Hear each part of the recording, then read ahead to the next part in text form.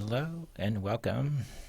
This is Sims 4, Athena's World, part of the Chronicles of Earthline. I'm Agamemnon, and we're bringing you our Chronicles of Earthline if it was built in Sims 4.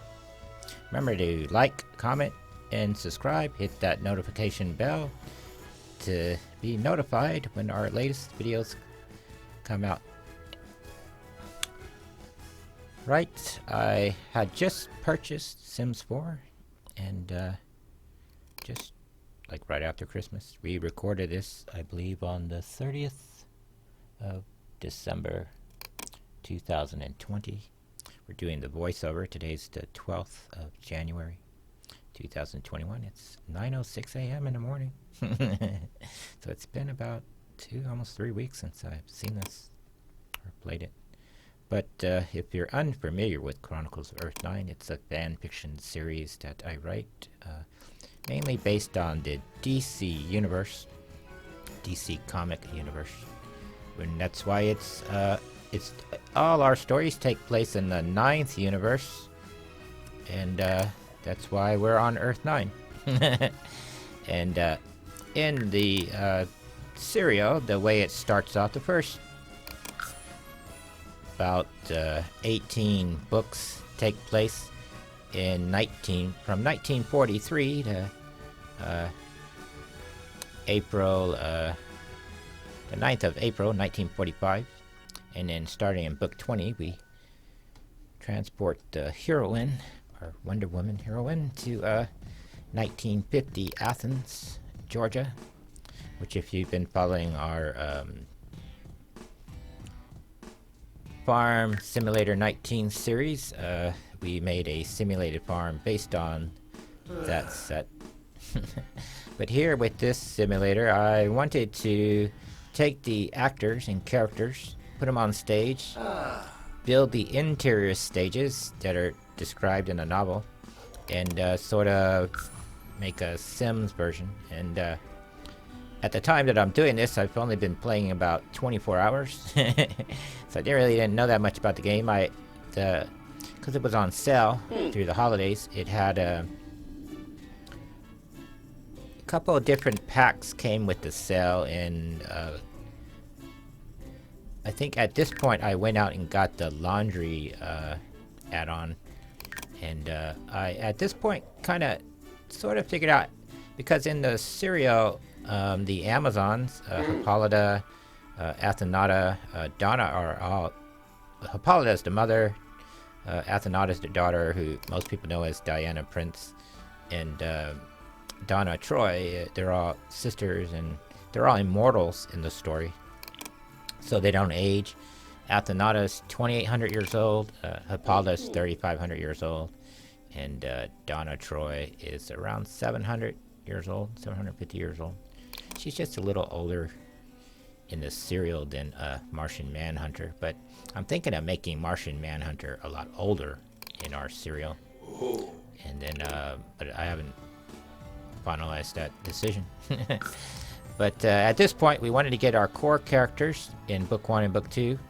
Book 1 starts off with the core 3 characters, Diana Prince, Etta Candy, and Steve Trevor. And if you follow the William Marston version of Wonder Woman, William Marston was the original creator of Wonder Woman. He wrote under the pen name, what's the name?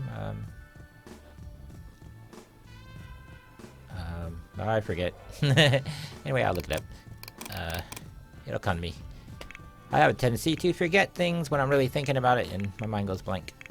But anyway, he didn't really... The character's name in the story, if you look at the origin story, her name is Diana, but other than that, we don't really know much about her name. And then she goes to America when she brings Steve Trevor back. And this is in the 1943 edition. It was December. And her series actually starts in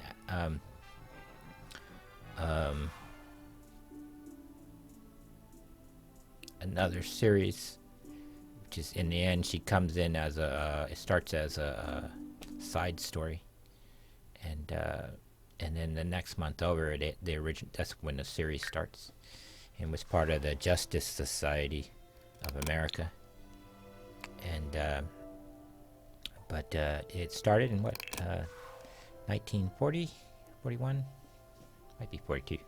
But in our serial, I decided that we started in November of 1943 because the story starts in 1942, in November 1942, and we assumed that the core parts of the story that took place under William Marston actually occur. But we've kind of changed them a little because we had to adapt it to our story, the Earthline version of the story. And so that's where we bury. Also, when you're doing fan fiction, even though the core characters are based on someone else's intellectual property, in this case DC Universe, you have to create your own original story. So if you're seeking to write fan fiction, or in at least a legal way, you have to create your own actual story with the characters. There has to be some variance, and I tried to achieve that with our character, but we had to have a starting place, and so we assumed that the core parts of the William Marston stories were true. So we dropped our story in 1943 November, and that's how book 1 starts. Now, when I originally wrote the story, which was called the Many Facets of Greed, it was a short 13,000 word story. It was told in 3 parts, but I wrote it for an adult website. It was part of a competition, and the competition had some criteria that had to be in the story. So because it was an adult site, I had to include those elements, which the reason we wrote it on an adult site was we wanted to create an adult story, basically, because we write in a genre that's called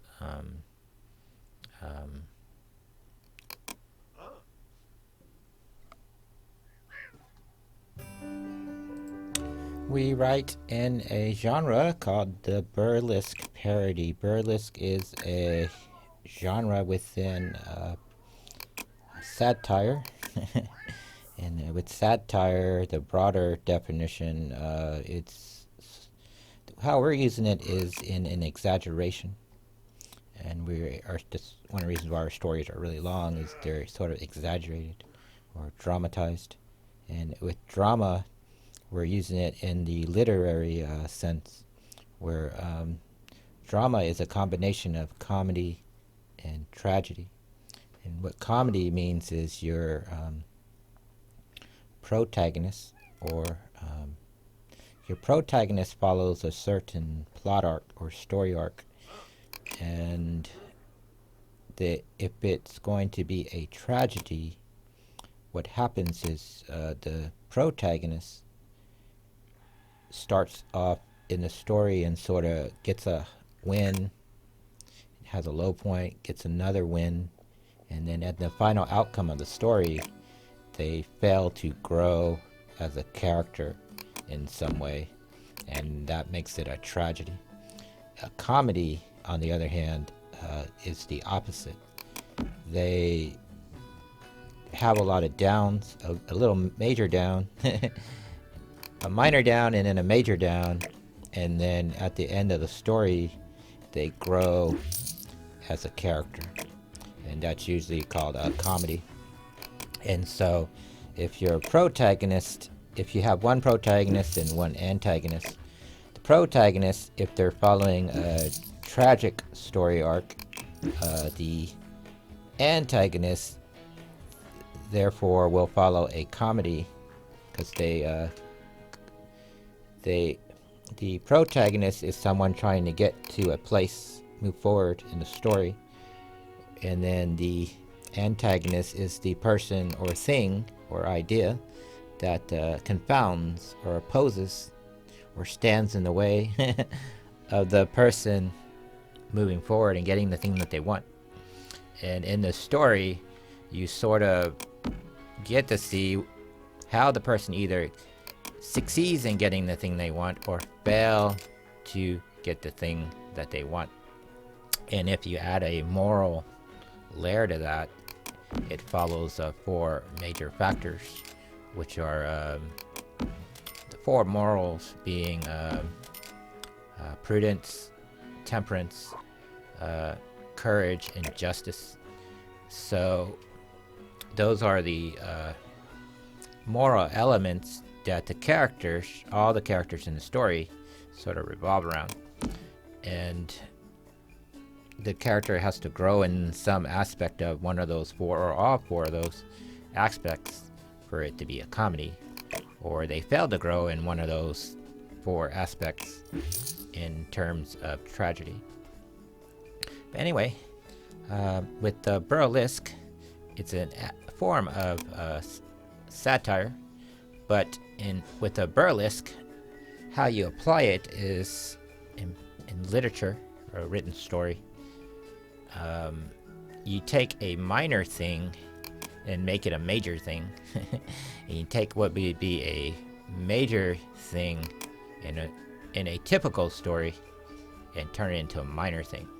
So like when you look at a modern comic book story in terms of since 1940 all the way through the year 2021, most comic books are written for an audience of 13 years old or younger.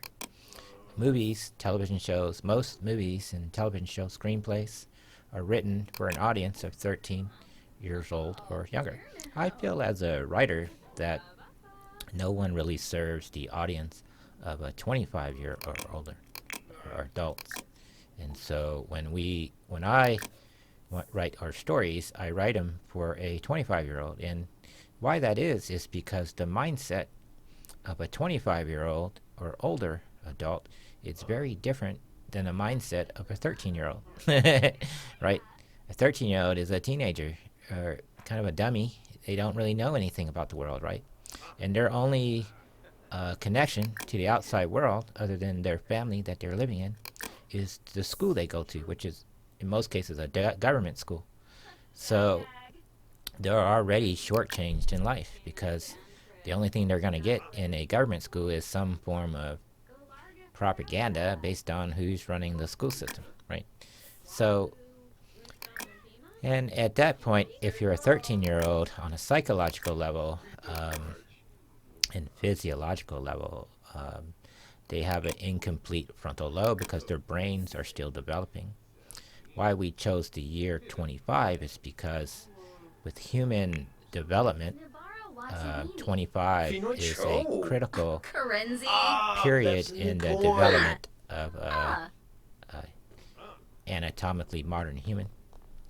And 25 years, it's a measured point. Critical periods, if you're not familiar with the physiology, from the time that you're zygote, sperm and ovum, your parents reproduce, you then, that organism goes through stages of development, and at each point of development, they're called critical stages. And so 25 is a major critical period in most people's lives. And so that's sort of why we picked that year. That's why the immortals in the story are locked into the 25. They all look in appearance that they're 25 years of age. And why that is from a fantasy sort of point of view, in a parody and burlesque point of view, it's really in most people's lives the turning point in their life where things sort of become real. A lot of people at 25 have worked a little, they've been fired, they've lost jobs, they've got debt, they've got children, might be having children or thinking about having children. And so it's a very important period in many people's lives. And I feel that writing stories about that is important, especially if you're dealing with human development or psychological and anthropological type of stories. And those are my expertise. And I use that in that. That's what my field of study is in science. Is psychology and anthropology. And so that's what I can write about as a scholar. And instead of writing a boring textbook, I find it more better if you write a creative novel that sort of demonstrates these ideas, but in a fictional setting. And circling back to a burlesque,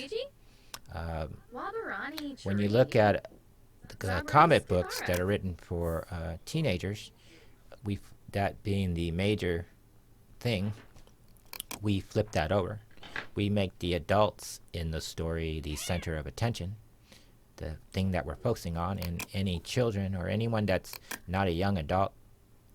In this case, we chose 18 or younger. And we generally, if they're in the story, they're really more of a static story, unless in the case like in our where Athena goes off to in the 1950s, she goes off to raise her daughter as a single mother.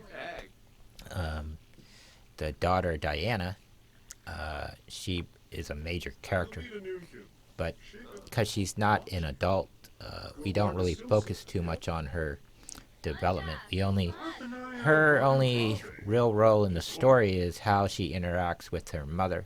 It's really the mother sort of internal psychology that we're dealing with. Although we do get to see the daughter's internal psychology and her decisions she makes. It's really the mother is the one that's the center of attention in the story. And so in that sense, you kind of have to have that. And that's sort of where we allow younger characters into the story. But for the most parts of the story, we're focusing with the adults in the story. And then that's sort of what makes it a burlesque. Also, in a superhero story, you tend to, because it's written for children, they write more action and less dialogue. So because we're writing a novel, and it's a literature form of novel, that when presented on YouTube has a video layer added to it and an audio layer added to it. But the center piece is the actual written parts of the book, and we're more heavily dialogue driven because we're dealing with adults and not children. So when we have action in a story, it's sort of a minor event just to resolve issues. But what we deal with in the core parts of the story is, if you think of the action as just points, like 1 point, 2 points, 3 points, the action is, the story focuses on what happens between each point. And then how we get to those points, and then how the character grows from that and resolves it both internally as a character and externally with a group of other characters. And then a parody is a form of burlesque. And this is more of a legal reason, and what allows us to write fan fiction is that in terms of parody, we have to sort of mimic what is already done in what would be in a mainstream superhero story. So usually in a mainstream superhero story, especially if you've seen it on TV or in the movies, there's a lot of action. And then when you have any character interaction, they can only be what they call a tongue-in-cheek type of action. And since we're written for adults, I feel with an adult audience, you can't really do that. That's good for children, but for adults, they're going to need a little more. So I don't set out to write a vulgar novel. I try not to use profanity in the novel unless the character sort of, that's part of their their character, but for the most part, I try not to. I go out my way not to, because I think you can tell an entertaining story, and I feel that you can have adult themes in the story, but they're you have to sort of balance it out. And so, if you have to put a scale on it, I would say we're sort of between like what an R-rated movie would be, and we're above an R movie, but we're below what an X-rated story would be. Now, if you don't know what that difference is, usually with R-rated movies and R-rated adult themes and explicit themes, they'll have limited sexual contact. There'll be like nudity, violence, sexual violence, and so forth in the story, and then that will give you an R rating. But if you actually show intercourse or any type of penetration, being either sodomy or sexual, that usually has an X rating, and we're kind of below that. Although it's sort of described in our stories, you don't really see that in the story. It's not shown in the story. When we do the visual elements, you don't really have that. So we're sort of between that. And that way, you can have the stories like in YouTube. Because of the rules of YouTube, you can't really, even though you can have adult themes, there's sort of a line. And so our overall goal is to go to that line but not cross it. And so when I wrote the first book, Many Facets of Greed, it was for an adult theme story. And so it had to have an element of sexual violence. It had to have an element of sex in the story. And so when I came along in that competition, a lot of the stories, if you search through them, were sort of very basic. A lot of the writers were new writers, and they were throwing their material out there just to, I guess, kind of get a feel and learn and get some feedback, which is really good. And they tend to follow a certain pattern. And so I try to avoid that pattern. And when I introduced our story, I told an actual real story in 3 basic parts. And though we had sexual elements in there, I had written the story.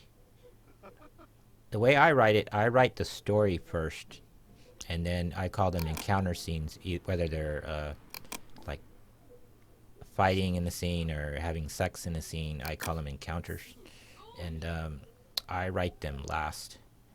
And because if you're writing like a romance novel with sex and intercourse or sodomy, or a battle in that case, some type of battle, in a story methodology, you try to do it where it tells a story within the story. And so there has to be some type of resolution to it. And so when I wrote the original book, I didn't know if I wanted to present that in an anatomical way or lyrical way. Like if you think of songs and music, even though they're talking about sex and intercourse, a lot of times they write it in a lyrical way where they're describing it, but they're not actually saying. And they'll have the core parts of the story, then they'll have a bridge that goes to the chorus or the refrain, and they'll cycle around that feeling. And when you listen to a lot of songs, even though you've heard it many times, you feel the song, right? So I felt when we got into the 3rd and 4th book, that's where I really sort of found my the way to do it. And I settled on doing it in a lyrical way and from an anatomical way. So in the first 2 books, when we had all the sexual scenes in the story, they were done in an anatomical way as opposed to a lyrical way. But then what becomes book 5 in the serial was originally book 3, and I had written the first chapter first. It's called the Trials of Athena, and then in that story I sat down and I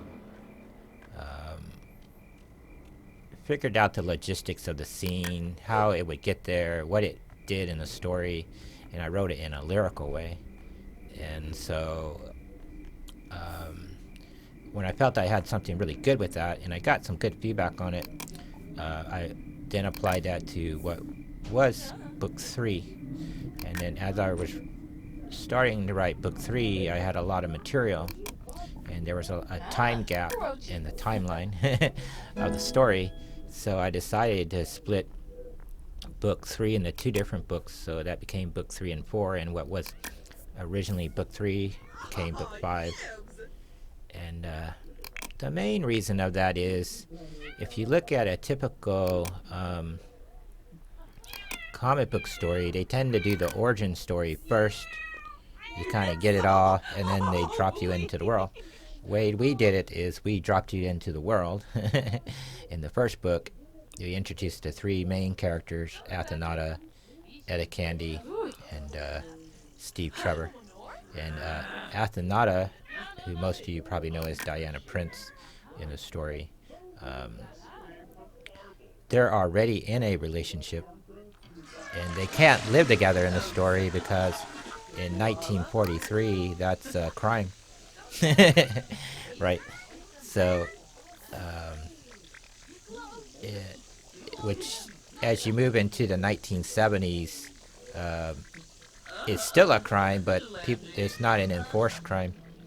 And in 1940s and 1950s, we deal with a lot of segregation, which was the law in the United States.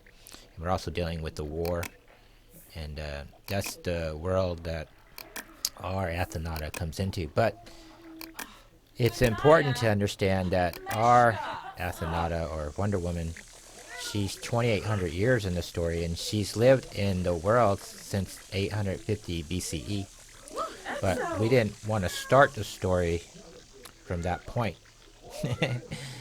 We dropped you into 1943, and then as the serial goes on, we're going to fill in, well, what happened to her in 850 BCE. So that's how we're telling the story. And then I've been working on several spin-off series with Hippolyta, and Hippolyta's mother is the Queen Trera, and that's Otrera, and she was the original Amazon, and she descends from the Scythians, or pre-Scythians, and the Sumerians. Read Conan the Barbarian. He was a Sumerian. Not to be confused with the Sumerians from the Arabian and Peninsula in the Middle East. But the Scythians were nomads that traveled Asia, through the steppes of Asia, and they cultivated or domesticated the horse, and they were very wealthy. The area that the Amazons roamed in became the modern-day Ukraine, along the Don River, and that's where we put Themyscira, where the Yalta conferences in World War II were held there. That's where we put the capital of Themyscira, and the land of Scyria, or Syria, which is SCI. It's either RYA, something like that. Anyway, that's their original lands, and we made a fictional version of that and a immortal version of that. Okay, now circling back in the story, just so that you have some context.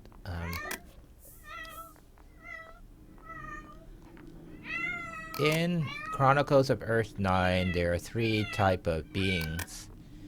You have the immortals, who are called the Titans, and most of them are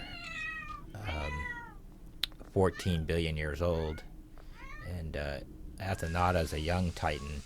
She's only 2,800 years old. And it goes back to the planet Ugrun, which is a fictional DC planet.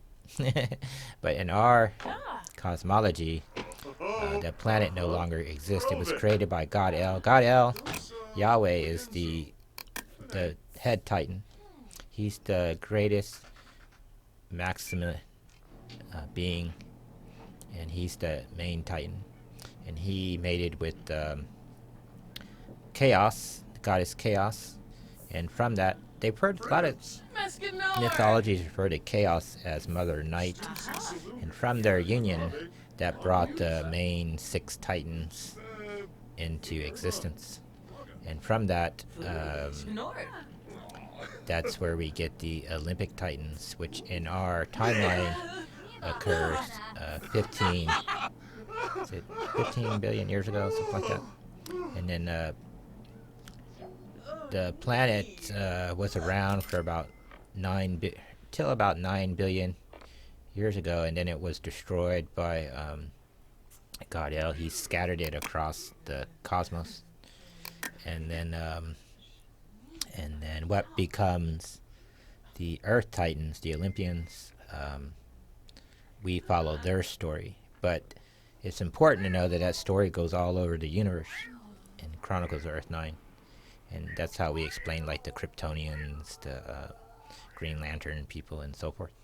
But as we're starting the serial, it starts mainly around Wonder Woman is our kind of our linchpin character. She's the character that all the other stories sort of revolve around. So that's why we kind of started with her. And then as far as the 3 beings, you have the immortal Titans, and they can't die. They're actually spiritual beings of pure energy. And when you see them walking around the stage in the show, they're in their avatar forms, and in their avatar forms, they're weakened. They're a weakened state. But in their weakened state, there are 15 standard deviations away from what is called anatomically modern human, or mortals. And which anatomically modern humans are a factor of 1 in all their attributes. And Titans are 15 standard deviations away from that.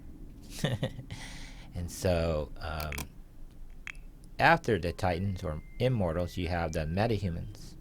And the metahumans, when a immortal or Titan mates with a mortal, their offspring is a metahuman. And as they descend through time, metahumans mating with other mortals and so forth, their offspring can become a metahuman, but it's sort of like a 1 in 4 chance, which follows genetics. 1 out of the 4 could be a non-metahuman mortal. Metahumans are mortal, meaning they can die. They're not Titans, although they're called Titans in the story, or Teen Titans in the story. They're not true immortals. They're just offsprings of the Titans. And then you have the mortals. And then the mortals are anatomically modern humans, since that's what the psychology and anthropology focus on. The developmental psychology aspects of the story focuses on. And that's why Etta Candy, coming into the story, she's 23, 24. Athenata is 2,800 years old, and Steve Trevor's 27, 28, I believe, in the story, when the story starts. And Etta Candy represents our young adult, and she meets this older woman in a cafe, and they become friends. And it's basically, you have an older woman teaching a younger woman in the story how to be an adult woman. And this goes back to psychology, where when you're born into the world, you're born in what they call a clean slate. And tabula rasa, And everything that you learn in life is a skill. Every behavior you do, everything you learn is a skill. And so when you're a child, when you're learning things, what they call schemas, from the time that you're a newborn till you're 6 months, the way the brain develops, you develop what are called schemas. And outside a skill, a person will acquire things through what they call instinct, which is a derivative of intuition. And this is important to understand because things in life happen with aspect of time. You have the past, present, and future. So something that is an instinct or intuition is in the moment, happening now. So in the past is an emotion. So when you feel things, you feel it in the immediate, but when you remember it or it becomes a memory, that makes it an emotion, which is a past event, past tense. And then future tense, which might be hard for some English speakers to gravitate to, but a lot of foreign languages have what are called future tense, like Latin and Greek have a future tense. And that's what desire is about. That's what, when you feel and dream, your desire are future focused. And so in Chronicles of Earthline, we deal with those aspects. And so you have why you have the immortals as long characters is they're the sort of the people that go through the long story. And then you have the short characters, the mortals, and they pass on, they die, they get old. And in Chronicles of Earthline, how we differ from a child's story is that we tell the long story. So you're going to get to see how Wonder Woman went from the 1940s all the way through the year 2000. So you get that long story. You see their families and relationships they had, and how the characters interrelate with that. Now, the Amazons in our story, where you have a typical mainstream story, they're generally, you have a binary type of relationship. You have like heroes and villains, protagonist and antagonist, so forth. In our story, we have three we call them pillars. You have the pillar of law, pillar of chaos, and then you have the neutral pillar. And this lines up with DC Universe. DC Universe, they call it the Lords of Order, Lords of Chaos.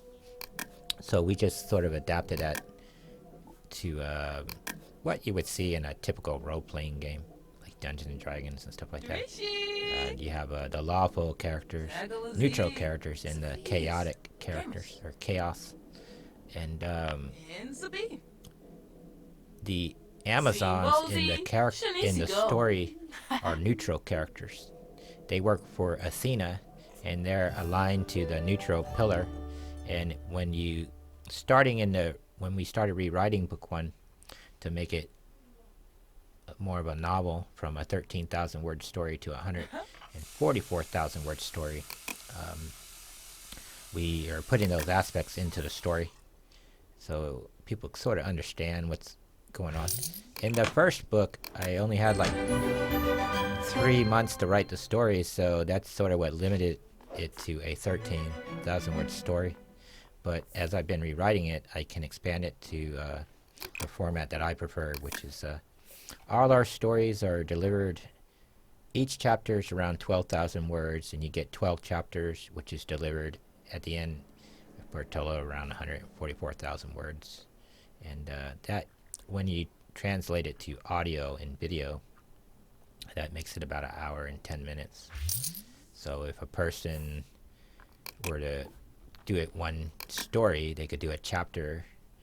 If they do it in, say, a 15-minute session, it takes them about a week to get through one chapter, and then about a month to get through the novel. And so forth. If they do it all in one day, it would be a 13-hour journey. And that's pretty good. Dracula, the book, is around 18 hours if you listen to it from start to finish. So we're just under that. So it's pretty reasonable. And their novels are free.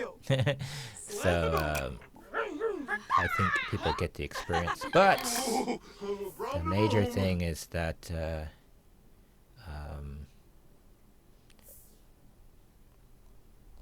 people can take the novels and sort of how they desire it on an individual level. Now, I'm trying to circle back to what we're seeing here in the scene. Why we decided to put it in The Sims. And, I felt that The Sims was a good way that we could simulate the characters, have them interacting, and then as the series progresses and I learn to use the tools, I'm slowly building the environment. And in the long story in the 1940s, what's happening in the background of the story is they're developing what will become the Justice Society of America. And their house that Hippolyta buys in Book 2, in Book 3, and Book 4 becomes the Brownstone. If you're a follower of the Justice Society of America, and they had their headquarters was in the Brownstone estate. And in our novel, it was Athenata buys it from Elizabeth Wayne, who's the great grandmother of Bruce Wayne in the story. And they reside in Gotham County, which we put Gotham County in Baltimore County, Maryland, because Steve and Diana are secret agents, intelligent agents, and they work in D.C. And then Athenata's original apartment in the story is in what is Arlington, Virginia, just across from Georgetown there. And Steve lives in Rockville, Maryland. That's where his house is, because he's an officer. He drives a little further out from the city. And then when they buy the Brownstone estate, Elizabeth Wayne, Wayne Manor we put in Baltimore County in an area called Spook Hill. There's a legend of Spook Hill, and so we put Wayne Manor on Spook Hill as part of the legend. And one of our farms in Farm Simulator 19, we made a simulated farm based on that. And then so when we made a Brownstone estate with this, it's located in Maryland. It's still in Baltimore County, but it's near Laurel, Beltsville area. That's where the National Security Agency is located nowadays. But back in the 1940s, before that existed, our characters, they bought a house out there. And that, in the long story, becomes where Argus headquarters and the Justice Society of America headquarters, they reside in the same building, which is the Brownstone estate. So in The Sims 4 here, you're seeing the building that we're developing is the Brownstone estate, the set. And then with this simulator, we get to see how the characters evolve and how the house and environment evolve. And for me, that's pretty awesome. As a creator, that's pretty awesome. And so, as we're dropping into this story, it's sort of where Book 2 is. In Book 2, Hippolyta comes to... Diana is living in an apartment. Etta is going to holiday college, so she lives in a dorm with these 3 other girls. And Steve lives in Rockville. But Etta and Diana hang out at Diana's apartment because it's in Arlington, which is closer to DC and closer to where Holiday College is. And so Etta, because she doesn't like to live in a dorm, she stays with Athenata a lot. But when we first meet them in the story, Etta and Athenata have been friends for about a year. They're really close friends. And their relationship is different than the relationship with Steve Trevor. And this goes back to William Marston's adaptation of the character. In William Marston's Wonder Woman, William Marston was a psychiatrist and psychologist, and his wife, Elizabeth Marston, they lived in a polyamorous relationship with a woman named Olive Byrne. And so the three core characters in Wonder Woman, Steve Trevor is based on William Marston. Wonder Woman is based on his wife, Elizabeth Marston. And Etta Candy is based on Olive Byrne and the relationship they have. And so it's sort of like their alter ego. And William Marston and his wife, they came up with this theory called the disc theory, D-I-S-C theory. And so in Wonder Woman, you see a fictional version of how their theory works. And with disc theory, you have D, which is people dominate people, and then they call it domination, inducement, subjugation, and control. And it's how people try to get power and control other people. And so in Wonder Woman stories, you have to have this element in there. And so that's why she has the lasso. That's why the lasso can control people. And her power is the power of truth. That's her main power. And in William Marston, his original vision for the character was he wanted the character to have the power to know the truth at all times. And the problem that they ran into, mainly when they were dealing with DC Comics, is the people at DC Comics weren't really deep thinkers. They were comic book writers. So when you have a psychologist there who's schooled in developmental psychology and psychiatry on a physiological level and psychological level, see, he's thinking on different levels, and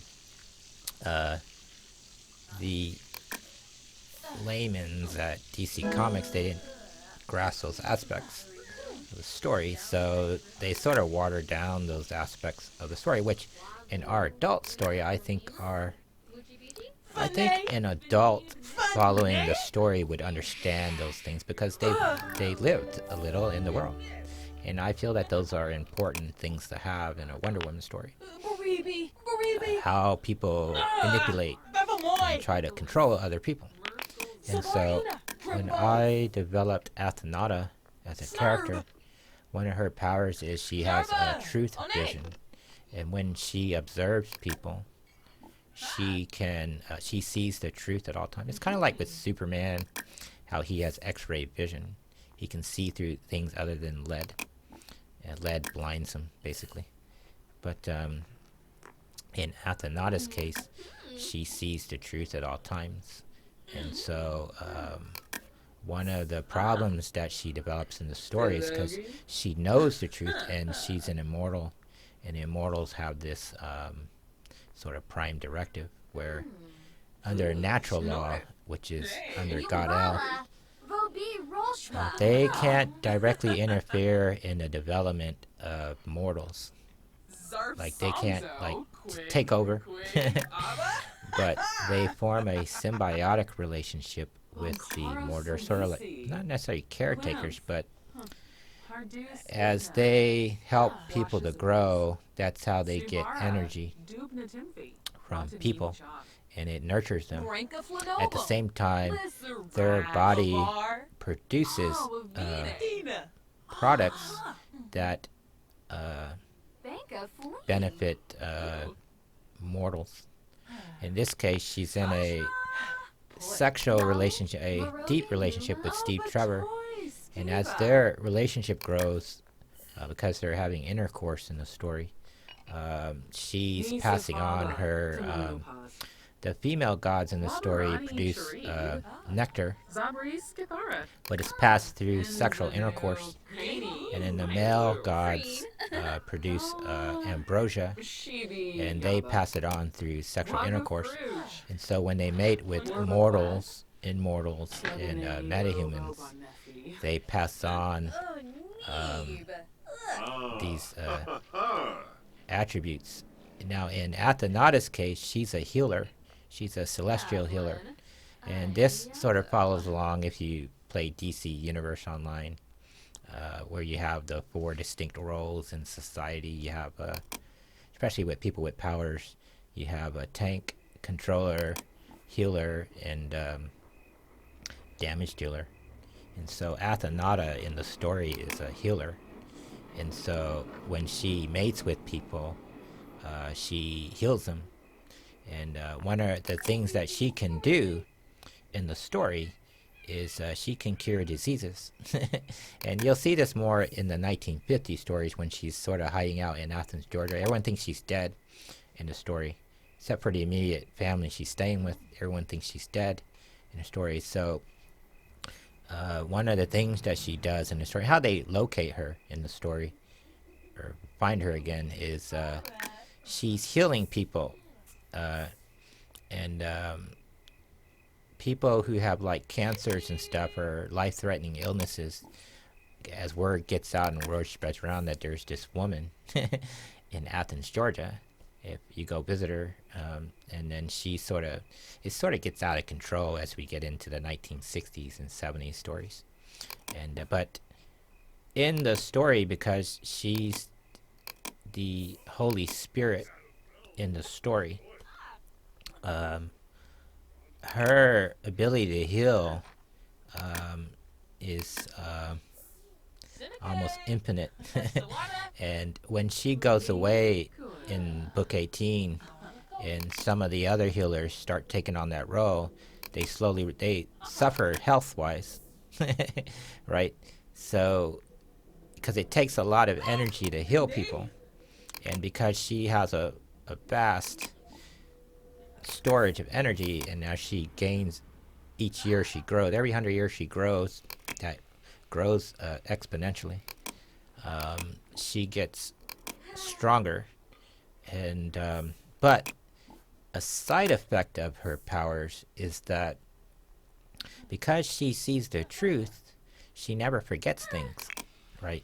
And that's not just memories. She never loses memory. And when she absorbs people, like their injuries, their pain and stuff like that, it doesn't go away from her. And what's happening in the back end of the story, as she's been absorbing people over 2,800 years, that pain has been growing. And when we get into the 1950s, that's when people really start to take notice of it. That's a psychological problem. And what she has is, I made it a variant psychological sort of disorder that she has. It's sort of like with depression. Some people with depression,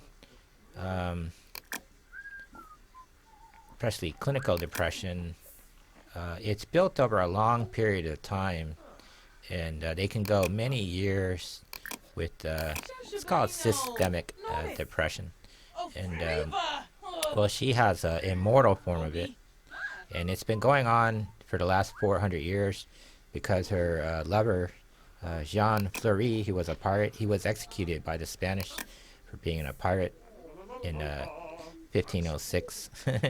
And she blames herself for this guy being killed, and she never gets over it because she has long memory. And her memories don't go away because it's a sort of a side effect of her powers. And it's sort of built up for her in the story. And then when she met Steve Trevor, Steve Trevor was in a relationship with Hippolyta when he lands on what is Themyscira. And Diana at the time, she goes back to Themyscira because she was living in Europe through the 19th century. And then beginning in the 20th century, she returned back to Themyscira and Hippolyta, who was traveling the United States in the 19th century. They both returned to, I guess, sort of recharge. And she's never gotten over the death of this guy. And so when Steve Trevor comes along, he's the first guy that she tries to have a serious relationship with. And that's how they end up coming back to the United States. Her motivation for coming to the United States wasn't really to save the world from tyranny. She wanted to help this guy out, basically. She falls in love with this guy, and she's trying to help him out. And as an immortal, as a celestial angel, and she works with Athena, she can't directly interfere in Steve. She has to do it indirectly. And so he has to ask help from her, right? So that's sort of where she is as a character. She's indirectly helping him, and that's why she's posing as a secretary for Colonel Darnell, who's her boss at the War Department in 1943. And Steve Trevor is an officer in that office, and they work together. But in 1943, Steve Trevor and Diana can't live together because he's an officer and she's an enlisted, posing as an enlisted person. And that's called, in the military, that's called fraternization. And it's not allowed. In civilian world, I think it was called solicitation. I'll have to look. I have it written in my notes, but there was a law that if you weren't married and you were a man, unmarried men and unmarried women couldn't live in the same place. And that's, if you ever watched the show 3 Company, that's sort of what that story was about. Sort of the end of it in the 1970s. That law still prevailed. That's why Jack Tripper had to act like a gay man to live there, because the landlord, under the lease, it would violate their lease agreement. And it was against the law. And so in the 1970s, it's still against the law in a lot of places. It's just they don't enforce it.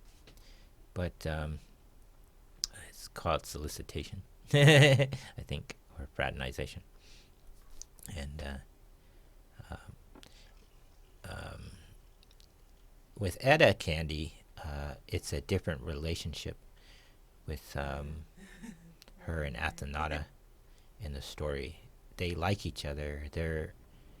Their love is more of a spiritual love. Etta in the story is sort of a spiritual, friendly person. She's got a lot of love in the story. She's an Aries in the story. Diana's a Libra.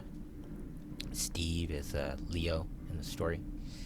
And Etta has a lot of heart, and she's got a lot of love to give. And she's one of those people that you meet in life that sort of loves life, loves to live. She likes to explore things, but she has a tendency not to complete things and follow through on things. But she eventually becomes a lawyer in the story, because when she started going to college at Holiday College, she was in the women's studies program. But when she met Athenata in the story, she decides to switch to law. And that's sort of what happens in the story. But in the back story, or long story, Etta is really an angel in training. Athenata is an angelical being, and she's a spiritual being. She's an archangel in the story. So her relationship with Etta is she's teaching Etta through experience how to heal people, and through spirituality.